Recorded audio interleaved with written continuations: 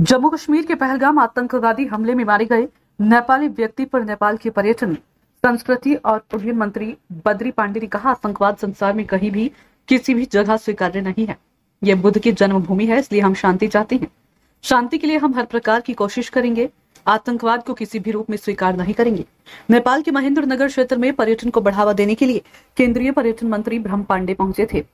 भारत में जम्मू कश्मीर के पहलगाम में पिछले दिनों हुई आतंकवादी घटना में दिवंगत हुए नेपाली पर्यटक की मौत संबंधी एक सवाल पर उन्होंने आतंक को स्वीकार नहीं किया। कहा कि ये बुद्ध की जन्मभूमि है, इसलिए हम शांति चाहते हैं। शांति के लिए हम हर प्रकार की कोशिश करेंगे। आतंकवाद को किसी भी रूप में स्वीकार नहीं करेंगे।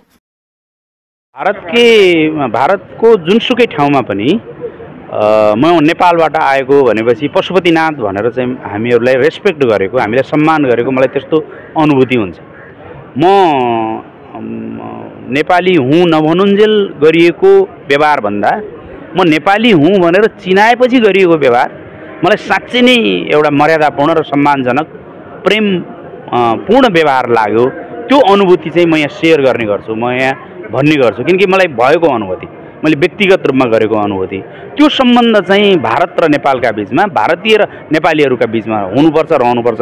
किनकि हाम्रो सम्बन्ध केवल कूटनीतिक सम्बन्ध, राजनीतिक सम्बन्ध मात्रै होइन, हाम्रो सांस्कृतिक सम्बन्ध, धार्मिक सम्बन्ध, सामाजिक सम्बन्ध यसरी जोडिएको कारणले पनि हाम्रो सम्बन्धलाई अझ चाहिँ हामीले गहिरो बनाउनुपर्छ, हाम्रो सम्बन्धलाई अझ चाहिँ सुमधुर बनाउनुपर्छ भन्ने मान्यता बोक्छु मैले।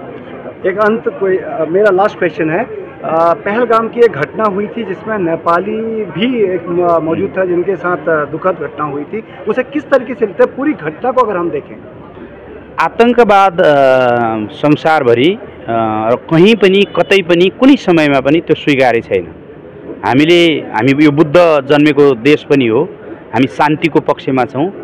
शान्तिका निम्ति हामीले चाहिँ सबै प्रकारको प्रयत्न गर्छौँ। त्यो आतंकवादी हमला थियो।